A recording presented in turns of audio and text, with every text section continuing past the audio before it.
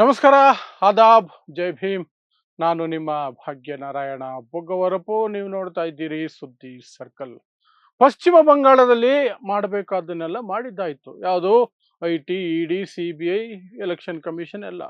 ಈಗ ತನಿಖಾ ಸಂಸ್ಥೆಗಳೆಲ್ಲ ಪಶ್ಚಿಮ ಬಂಗಾಳದಿಂದ ಗಂಟು ಮೂಟೆ ಕಟ್ಕೊಂಡು ನೆಕ್ಸ್ಟ್ ಚುನಾವಣೆ ಎಲ್ಲಿದೆಯೋ ಅಲ್ಲಿಗೆ ಹೋಗ್ಬೇಕಲ್ಲ, ಹೋಗಿದ್ದಾರೆ. ಎಲ್ಲಿಗೆ ಹೋಗಿದ್ದಾರೆ? ಪಂಜಾಬಿಗೆ ಹೋಗಿ ಲ್ಯಾಂಡ್ ಆಗಿದ್ದಾರೆ. ಪಂಜಾಬಲ್ಲಿ ಮುಂದಿನ ವರ್ಷ ಫೆಬ್ರವರಿ ತಿಂಗಳಲ್ಲಿ ಎಲೆಕ್ಷನ್ಸ್ ಇರುತ್ತೆ. ಸೊ ಅಲ್ಲಿಗೆ ಶಿಫ್ಟ್ ಮಾಡ್ಕೊಂಡಿದ್ದಾರೆ ಅವರ ಬೇಟೆಯನ್ನ. ಸೊ ಪಂಜಾಬ್ನಲ್ಲಿ ಬೇಟೆ ಆರಂಭ ಆಯಿತು. ಅಲ್ಲಿನ ಮಂತ್ರಿಯನ್ನೇ ಅರೆಸ್ಟ್ ಮಾಡಿಕೊಂಡು ತಗೊಂಡು ಹೋಗಿದ್ದಾರೆ ಒಂದು ED ಕೇಸಲ್ಲಿ.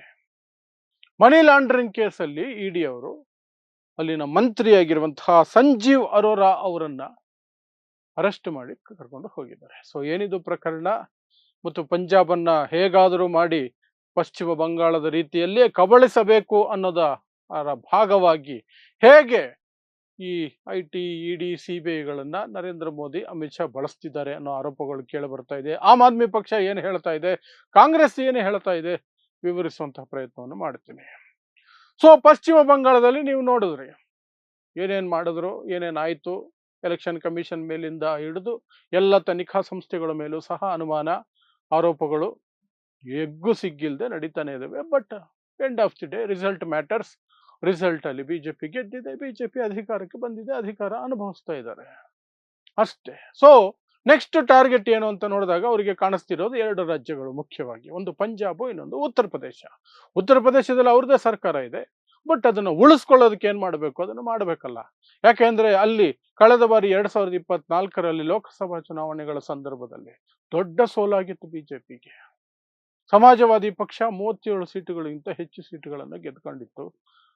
ಬಿಜೆಪಿ ಕೇವಲ 35 ಸೀಟಿಗೆ ಬಂಡಲ್ ಆಗಿತ್ತು. 80ರಲ್ಲಿ ಕೇವಲ 35. ಸೊ ಅಲ್ಲಿ ಬೇರೆ ರೀತಿ ಗಮನ ಹರಿಸ್ತಾರೆ. ಅಲ್ಲಿ ಅಖಿಲೇಶ್ ಯಾದವ್ನ ಹೇಗೆ ಮಟ್ಟ ಹಾಕಬೇಕು ಅನ್ನೋದ್ರ ಬಗ್ಗೆ. ಬಟ್ ಪಂಜಾಬ್ ಇದೆಯಲ್ಲ, ಪಂಜಾಬನ್ನ ಹೇಗಾದ್ರೂ ಮಾಡಿ ತಮ್ಮ ಹತೋಟಿಗೆ ತೆಗೆದುಕೊಳ್ಳಬೇಕು. ಅಲ್ಲಿ ಕಾಂಗ್ರೆಸ್, ಅಕಾಲಿ ದಳ, ಆಮ್ ಆದ್ಮಿ ಪಕ್ಷ, ಆ ಮೂರೇ ಸ್ವಲ್ಪ ಸ್ಟ್ರಾಂಗ್ ಇರೋದಲ್ಲಿ. ಆಮ್ ಆದ್ಮಿ ಪಕ್ಷ ಕಳೆದ ಬಾರಿ ಮಿರಾಕಲಸ್ಲಿ ವಿನ್ ಆಯಿತು. ಕಾಂಗ್ರೆಸ್ ಸರ್ಕಾರ ಬಿದ್ದೋಯ್ತು, ಆಮ್ ಆದ್ಮಿ ಪಕ್ಷ ಸರ್ಕಾರ ಅಧಿಕಾರಕ್ಕೆ ಬಂದಿದೆ. ಸೊ ಅದನ್ನ ದೆಹಲಿಯ ಹಾಗೆ ಆಮ್ ಆದ್ಮಿಯನ್ನ ಮುಗಿಸ್ಬಿಡ್ಬೇಕಲ್ಲಿ ಅಂತ ಅಲ್ಲಿಗೆ ಶಿಫ್ಟ್ ಮಾಡ್ಕೊಂಡಿದ್ದಾರೆ ಬೇಟೆಯನ್ನ. ಅಲ್ಲಿ ಬೇಟೆ ಶುರು ಮಾಡ್ಕೊಂಡಿದ್ದಾರೆ. ಅಲ್ಲಿ ಸಂಜೀವ್ ಅರೋರಾ ಅನ್ನುವಂಥವರು minister of industries and commerce, Punjab ಸರ್ಕಾರದಲ್ಲಿ ಮಿನಿಸ್ಟರ್, ಸಚಿವರು. ಅವರ ಮೇಲೆ ಒಂದು ಕೇಸ್, ಏನು 157 ಕೋಟಿ ರೂಪಾಯಿಗಳ ಮನಿ ಲಾಂಡ್ರಿಂಗ್ ಕೇಸ್. ಆ ಕೇಸ್ ವಿಚಾರವಾಗಿ ರೈಡ್ ಮಾಡಿದ್ರು. ಮೊನ್ನೆ ರೈಡ್ ಮಾಡಿ ಬೆಳಗ್ಗೆಯಿಂದ ಸಂಜೆವರೆಗೂ ರೈಡ್ ಮಾಡಿದ್ರು, ಸಾಯಂಕಾಲಕ್ಕೆ ಎತ್ಕೊಂಡು ಹೋದ್ರು. Arrest. Sanjeev Arora arrest, minister Punjab ಅಲ್ಲಿ. ಇನ್ನೊಬ್ಬ ಮಿನಿಸ್ಟರ್ ಮತ್ತು ಪಂಜಾಬ್ನ ಆಮ್ ಆದ್ಮಿ ಪಕ್ಷದ ರಾಜ್ಯಾಧ್ಯಕ್ಷ ಅಮನ್ ಅರೋರಾ ಮೇಲೂ ಸಹ ತನಿಖೆಗಳನ್ನು ಶುರು ಮಾಡ್ಕೊಂಡಿದ್ದಾರೆ, ರೈಡ್ಗಳನ್ನ ಶುರು ಮಾಡ್ಕೊಂಡಿದ್ದಾರೆ. ಆ ವ್ಯಕ್ತಿಯನ್ನು ಸಹ ಯಾವಾಗ ಬಂಧಿಸ್ತಾರೋ ಗೊತ್ತಿಲ್ಲ. ಮೂಲಗಳ ಪ್ರಕಾರ ಅಲ್ಲಿ 10ರಿಂದ 12 ಜನ ಆಮ್ ಆದ್ಮಿ ಪಕ್ಷದ ಪವರ್ಫುಲ್ ಲೀಡರ್ಗಳನ್ನ ಅರೆಸ್ಟ್ ಮಾಡಬೇಕು, ಅಥವಾ ರೇಡ್ ಮಾಡಬೇಕು, ಅಥವಾ ED, CBIಗಳನ್ನು ಬಿಟ್ಟು ತಮ್ಮ ಕಂಟ್ರೋಲ್ಗೆ ತೆಗೆದುಕೊಳ್ಳಬೇಕು ಅಷ್ಟು ಜನರನ್ನ ಅನ್ನೋದಂಥದ್ದು ಮೋದಿ ಮತ್ತು ಅಮಿತ್ ಶಾ ಪ್ಲಾನ್ ಅಂತ ಈಗ ಅಲ್ಲಿಂದ ಸುದ್ದಿಗಳು ಬರ್ತಾ ಇದ್ದಾವೆ. ಸೊ ಅದು ಮುಂದಿನ ದಿನಗಳಲ್ಲಿ ಕ್ಲಿಯರ್ ಆಗ್ತಾ ಹೋಗುತ್ತೆ. ಸೊ ದೆಹಲಿಯಲ್ಲಿ ಏನ್ ಮಾಡಿದ್ರು, ಇದೇ ರೀತಿ ಮುಖ್ಯಮಂತ್ರಿಯನ್ನು ತಗೊಂಡು ಹೋಗಿ ಜೈಲಿಗೆ ಹಾಕಿದ್ರು, ಮಂತ್ರಿಗಳನ್ನ ತಗೊಂಡು ಜೈಲಿಗೆ ಹಾಕಿದ್ರು. ಎಲೆಕ್ಷನ್ ಮುಗಿದ ಮೇಲೆ ಎಲ್ಲ ಖುಲಾಸೆನೆ ಆಗೋದ್ರು ಆಲ್ಮೋಸ್ಟ್. ಎಲೆಕ್ಷನ್ ಮುಗಿಯೋವರೆಗೂ ಈ ರೀತಿ. ಆನಂತರ ಕೋರ್ಟ್ ಹೇಳುತ್ತೆ ಏನೂ ಇಲ್ವಲ್ರಿ, ವಿಚಾರಣೆ ನಡೆಸಕ್ಕೆ ಏನೂ ಇಲ್ಲ, ವಿಚಾರಣೆಗೆ ಯೋಗ್ಯ ಅಲ್ಲ ಅಂತ ಕೇಜ್ರಿವಾಲ್ ಕೇಸ್ನ ಹೊಡೆದಾಕಿ ವಾಪಸ್ ಕಳಿಸಿದ್ರಲ್ಲ ಕೇಜ್ರಿವಾಲ್ನ, ನಿರ್ದೋಷಿ ಅಂತ. ಹಾಗೆ ಪಂಜಾಬ್ನಲ್ಲಿ ಇದೊಂದು ಶುರು ಮಾಡ್ಕೊಂಡಿದ್ದಾರೆ. ದೋಷಿಗಳ ನಿರ್ದೋಷಿಗಳ ಅದನ್ನ ನಾವು ಈಗಲೇ ಕನ್ಫರ್ಮ್ ಮಾಡೋಕ್ಕಾಗಲ್ಲ. ಬಟ್ ಬಿಜೆಪಿಯವರು ಬಿಜೆಪಿಯಲ್ಲಿ ಯಾರೂ ಇಲ್ಲ, ಬರೀ ಬೇರೆ ಪಕ್ಷದವರೇನೆ ಅಪರಾಧಿಗಳು, ಆರೋಪಿಗಳು ಎಲ್ಲ ಆಗ್ತಾರಲ್ಲ. ಅದರಲ್ಲೂ ಎಲ್ಲಿ ಚುನಾವಣೆಗಳು ಇರ್ತಾವೋ ಆ ರಾಜ್ಯದಲ್ಲಿ ಯಾರು ಅಧಿಕಾರದಲ್ಲಿ ಇರ್ತಾರೋ ಆ ಮಂತ್ರಿಗಳು, ಆ ಮುಖ್ಯಮಂತ್ರಿಗಳ ಮೇಲೇನೆ ಮುಗಿ ಬೀಳ್ತಾರಲ್ಲ, ಅಲ್ಲಿರೋದು ಅನುಮಾನಗಳು, ಅಲ್ಲಿರೋದು ಪ್ರಶ್ನೆಗಳು. ಅದೇ ಮುಖ್ಯವಾದಂತಹದ್ದು. ಸೊ ಪಂಜಾಬ್ ಅಲ್ಲಿ ಮುಂದಿನ ವರ್ಷ ಚುನಾವಣೆ ಇದೆ, ಈಗಲಿಂದ ಶುರು ಮಾಡ್ಕೊಂಡಿದ್ದಾರೆ. ಅವ್ರ ಲೆಕ್ಕಾಚಾರ ಏನಂದ್ರೆ ಒಂದಷ್ಟು ಪವರ್ಫುಲ್ ಆಮ್ ಆದ್ಮಿ ಪಕ್ಷದ ಲೀಡರ್ಗಳನ್ನ ಏನು ಬಿಜೆಪಿಗೆ ಎಳ್ಕೊಳ್ಬೇಕು, ಅವರನ್ನೇ ಬಳಸ್ಕೊಂಡು ಆಮ್ ಆದ್ಮಿ ಪಕ್ಷದ ಸರ್ಕಾರವನ್ನ ಅಲ್ಲಿ ಕೆಡವು ಬಿಡಬೇಕು, ನೆಕ್ಸ್ಟ್ ಅಧಿಕಾರಕ್ಕೆ ಬರಬೇಕು. ಪಶ್ಚಿಮ ಬಂಗಾಳದಲ್ಲಿ ಅದೇ ಮಾಡಿದ್ದವರು. ಸುವೇಂದು ಅಧಿಕಾರಿ ಇವತ್ತು ಮೊನ್ನೆ ಮುಖ್ಯಮಂತ್ರಿ ಆಗಿರುವಂತಹ ವ್ಯಕ್ತಿ ಎಲ್ಲಿಂದ ಬಂದಿದ್ದು? ಮಮತಾ ಬ್ಯಾನರ್ಜಿಯ right hand. Mamata Banerjee right hand ತಗೊಂಡು ಬಂದ್ರು, ಈ ಕಡೆ ಬಳಸ್ಕೊಂಡ್ರು, ಮುಖ್ಯಮಂತ್ರಿ ಮಾಡಿದ್ರು. ಅಸ್ಸಾಮಲ್ಲಿ ಏನಾಯ್ತು? ಹಿಮಂತ ಬಿಸ್ವ ಶರ್ಮಾ ಕಾಂಗ್ರೆಸ್ಸಿನಲ್ಲಿ ರಾಹುಲ್ ಗಾಂಧಿಯ ಚಮಚ ರೀತಿ ಇದ್ದಂತಹ ವ್ಯಕ್ತಿ. ಆ ವ್ಯಕ್ತಿಯನ್ನು ಬಿಜೆಪಿ ಕರ್ಕೊಂಡ್ರು, ಬಳಸ್ಕೊಂಡ್ರು, ಮುಖ್ಯಮಂತ್ರಿ ಮಾಡಿದ್ರು. ಸೊ ಅದೇ ಲೆಕ್ಕದಲ್ಲಿ ಪಂಜಾಬಲ್ಲಿ ಯಾರು ಪವರ್ಫುಲ್ ಇದ್ದಾರೋ ಅವ್ರನ್ನ ಎಳ್ಕೊಂಡು ಬಂದು ತಮ್ಮ ಪಕ್ಷಕ್ಕೆ ಹಾಕೊಂಡು ಆಮೇಲೆ ವಾಷಿಂಗ್ ಮಿಷಿನ್ ಅಲ್ಲಿ ಹಾಕಿ ತೊಳೆದು ಹೊರಗಡೆ ಬಿಟ್ರೆ ಅವ್ರ ಮೇಲೆ ಇರೋ ಆರೋಪಗಳೆಲ್ಲ ಸ್ವಚ್ಛಂದ ಆಗೋಗ್ಬಿಡ್ತವೆ. ಅವರನ್ನೇ ಬಳಸ್ಕೊಂಡು ಅಲ್ಲಿ ಅಧಿಕಾರಕ್ಕೆ ಬರುವಂಥದ್ದು. ಸೊ ಇದರ ವಿರುದ್ಧ ಅಲ್ಲಿನ ಆಮ್ ಆದ್ಮಿ ಪಕ್ಷದ ನಾಯಕರು, ಸರ್ಕಾರ ಸಿಡಿದೆದ್ದಿದೆ. ಭಗವಂತ ಮಾನ್ ಅಲ್ಲಿನ ಮುಖ್ಯಮಂತ್ರಿ ಅವರು ಇದು ಕಂಪ್ಲೀಟ್ ಪ್ಲಾನಿಂಗ್, ಇದು ಎಲೆಕ್ಷನ್ಗಾಗಿ ನಮ್ಮ ಪಕ್ಷವನ್ನ ಹೆದರಿಸೋದಕ್ಕೆ, ನಮ್ಮ ಪಕ್ಷವನ್ನ ಮಟ್ಟ ಹಾಕೋದಕ್ಕೆ ಕುತಂತ್ರ ಬಳಸ್ತಿದ್ದಾರೆ, ತನಿಖಾ ಸಂಸ್ಥೆಗಳನ್ನು ಬಳಸ್ತಿದ್ದಾರೆ ಅಂತ. ಅದೇ ರೀತಿ ಕೇಜ್ರಿವಾಲ್ ಸಹ ಆರೋಪಗಳನ್ನೇ ಮಾಡಿದ್ದಾರೆ. ನನ್ನ ಮೇಲೆ ಹೇಗೆ ದೆಹಲಿಯಲ್ಲಿ ಮಾಡಿದ್ರು, ನಮ್ಮ ಸರ್ಕಾರವನ್ನು ಹೇಗೆ ಕಸ್ಕೊಂಡ್ರು, ಅದೇ ರೀತಿ ಪಂಜಾಬ್ನಲ್ಲಿ ಸಹ ಮಾಡೋದು ಹೊರಟಿದ್ದಾರೆ. ಪಶ್ಚಿಮ ಬಂಗಾಳದಲ್ಲಿ ಮಾಡಿ ಮುಗಿಸಿದ್ರು, ಅದು ಹಾಗೆ ಆ ಟೀಮ್ನ ಹಂಗೆ ಟ್ರಾನ್ಸ್ಫರ್ ಮಾಡಿ ಇಲ್ಲಿಗೆ ಬಿಟ್ಟಿದ್ದಾರೆ. ಇಲ್ಲಿ ಅವರು ಅವ್ರ ಕೆಲಸವನ್ನು ಮಾಡ್ತಿದ್ದಾರೆ ಅಂತ ಕೇಜ್ರಿವಾಲ್ ಆರೋಪ ಮಾಡಿದ್ದಾರೆ.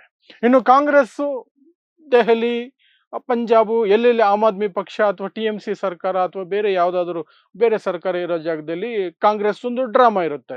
ನೇರವಾಗಿ ಬಿಜೆಪಿ ಮಾಡಿದ್ದು ಸರಿ ಅಂತಲೂ ಹೇಳಲ್ಲ, ತಪ್ಪು ಅಂತಲೂ ಹೇಳಲ್ಲ. ಪಶ್ಚಿಮ ಬಂಗಾಳದಲ್ಲಿ ಮಮತಾ ಬ್ಯಾನರ್ಜಿ ಎಷ್ಟು ಬಾಯಿ ಬಡ್ಕೊಂಡ್ರು ಸಹ ಮಮತಾ ವಿರುದ್ಧನೇ ಭಾಷಣಗಳನ್ನ ಮಾಡಿದ್ರು, ಇನ್ಕ್ಲೂಡಿಂಗ್ ರಾಹುಲ್ ಗಾಂಧಿ. ಇಲ್ಲಿ ಪಂಜಾಬಲ್ಲೂ ಅಷ್ಟೇನೆ, ಬಿಜೆಪಿ ಏನೇ ಓಪನ್ ಆಗಿ ಏನೇ ಮಾಡಿದ್ರು ಸಹ ಅದನ್ನ ನೇರವಾಗಿ ಟೀಕೆ ಮಾಡಲ್ಲ. ದೆಹಲಿಯಲ್ಲೂ ಅದೇ ಮಾಡಿದ್ರು. ಆದರೆ ಚುನಾವಣೆ ಮುಗಿದ ತಕ್ಷಣನೇ ಬಿಜೆಪಿ ವಿರುದ್ಧ ಮುಗಿ ಬೀಳ್ತಾರೆ. ಬಿಜೆಪಿ ಗೆದ್ದ ಮೇಲೆ ಕಾಂಗ್ರೆಸ್ ಹಣೆ ಬರ ಅದು. TMC ವಿಚಾರವಾಗಿ ಹಂಗೆ ನಡ್ಕೊಂಡಿದ್ದವರು. ಚುನಾವಣೆ ಸಂದರ್ಭದಲ್ಲಿ ಮಮತಾ ಬ್ಯಾನರ್ಜಿನೇ ಹೆಚ್ಚು ಟಾರ್ಗೆಟ್ ಮಾಡಿದ್ರು. ವೋಟ್ ಚೋರಿ ಅದ್ರ ಬಗ್ಗೆ ಮಾತಾಡಲೇ ಇಲ್ಲ ಪಶ್ಚಿಮ ಬಂಗಾಳದಲ್ಲಿ. ಚುನಾವಣೆ ಮುಗಿದ ತಕ್ಷಣನೇ ವೋಟ್ ಚೋರಿ ಆಗೋಯ್ತು, ಅದಕ್ಕೆ ದೀದಿ ಸೋತೋಗಿದ್ದು. ಚುನಾವಣೆ ಸಂದರ್ಭದಲ್ಲಿ ಮಮತಾನೇ ಬೈತಿದ್ರು. ದೆಹಲಿಯಲ್ಲೂ ಅದೇ ಆಗಿದ್ದು. ಆಮ್ ಆದ್ಮಿ ಪಕ್ಷದ ವಿರುದ್ಧನೇ ಪೂರ್ತಿ ಅಟ್ಯಾಕು. ಆಮ್ ಆದ್ಮಿ ಪಕ್ಷದ ಮುಖ್ಯಮಂತ್ರಿಯನ್ನು ಅರೆಸ್ಟ್ ಮಾಡಿದ್ರು, ಮಂತ್ರಿಗಳನ್ನ ಅರೆಸ್ಟ್ ಮಾಡಿದ್ರು. ಅದರ ಬಗ್ಗೆ ದೊಡ್ಡ ಧ್ವನಿ ಇಲ್ವೇ ಇಲ್ಲ ಕಾಂಗ್ರೆಸ್ ಕಡೆಯಿಂದ. ಚುನಾವಣೆ ಮುಗಿದು ಬಿಜೆಪಿ ಗೆದ್ದ ಮೇಲೆ ಆಗ ಹೇಳ್ತಾರೆ, ಬಿಜೆಪಿ ನೋಡಿ ಎಲ್ಲ ಬಳಸ್ಕೊಂಡು ಇಡಿನ CBI ಎಲ್ಲ ಬಳಸ್ಕೊಂಡು ಸರ್ಕಾರನ ರಚಿಸ್ಕೊಳ್ತು ಅಥವಾ ಇಲ್ಲಿದ್ದ ಸರ್ಕಾರನ ಬೆಳೆಸ್ಬಿಡ್ತು ಅಂತ. ಪಂಜಾಬ್ದು ಅದೇ ಗೋಳು. ಓಪನ್ ಆಗಿ ಬಿಜೆಪಿಯ ಈ ವರ್ತನೆಯನ್ನ ಅಥವಾ ಈ ಒಂದು ಏನು ಪ್ಲಾನಿಂಗ್ ಇದೆ, ಏನ್ ನಡೀತಿದೆ ಬೆಳವಣಿಗೆ, ಅದನ್ನು ಟೀಕೆ ಮಾಡ್ತಿಲ್ಲ. ಪಂಜಾಬ್ ಸರ್ಕಾರ ಭ್ರಷ್ಟ ಸರ್ಕಾರ, ಆಮ್ ಆದ್ಮಿ ಪಕ್ಷದ ಭ್ರಷ್ಟ ಸರ್ಕಾರ ಇದೆ. ಬಿಜೆಪಿ ಮಾಡಿದ ಸರಿನಾ ಹಾಗಾದ್ರೆ ಅಂದ್ರೆ ಇಲ್ಲ ಇಲ್ಲ ಇಲ್ಲ, ಬಿಜೆಪಿ ಸಹ ಮಾಡಿದ ಸರಿ ಅಂತ ನಾವೇನು ಹೇಳ್ತಿಲ್ಲ. ಅವ್ರು ರಾಜಕೀಯ ಮಾಡ್ತಿದ್ದಾರೆ, ಬಟ್ ಪಂಜಾಬ್ ಸರ್ಕಾರ ಭ್ರಷ್ಟ ಇದೆ. ಪಂಜಾಬ್ ಅಲ್ಲಿ ಏನಾದ್ರೂ ನಾಳೆ ಉಲ್ಟಾ ಆಗಿ ಬಿಜೆಪಿ ಗೆದ್ರೆ ಆಗ ಹೊರಗಡೆ ಬರ್ತಾರೆ, ಪಂಜಾಬ್ ಸರ್ಕಾರವನ್ನ ಬೇಕು ಅಂತ ಅಟ್ಯಾಕ್ ಮಾಡಿ ಮುಗಿಸಿದ್ರು ಅಂತ ಕಾಂಗ್ರೆಸ್ ಅವರು ಬರ್ತಾರೆ. ಇದು ಕಾಂಗ್ರೆಸ್ ಅವ್ರಿಗೆ ಇರೋ ಚಾಳಿ, ಇದು ರೋಗ. ಒಂದು ನಿಲುವಿಗೆ ಸ್ಟಿಕಾನ್ ಆಗಲ್ಲ. ಟೀಕೆ ಮಾಡೋ ಹಾಗಿದ್ರೆ ಎರಡೂ ಕಡೆ ಮಾಡಿ, ಚುನಾವಣೆ ಸಂದರ್ಭದಲ್ಲೂ ಮಾಡಿ, ಚುನಾವಣೆ ಮುಗಿದ ಮೇಲೂ ಮಾಡಿ. ಚುನಾವಣೆ ಸಂದರ್ಭದಲ್ಲಿ ಒಂದು ನಿಲುವು, ಚುನಾವಣೆ ಮುಗಿದ ಮೇಲೆ ಒಂದು ನಿಲುವು, ಬಿಜೆಪಿ ಗೆದ್ರೆ ಒಂದು ನಿಲುವು, ಬಿಜೆಪಿ ಸೋತ್ರೆ ಒಂದು ನಿಲುವು. ಇದು ಅಟ್ಟರ್ ನಾನ್ಸೆನ್ಸ್. ಸೊ ಪಂಜಾಬಲ್ಲೂ ಸಹ ಅದನ್ನೇ ಮುಂದುವರಿಸ್ಕೊಂಡಿದ್ದಾರೆ.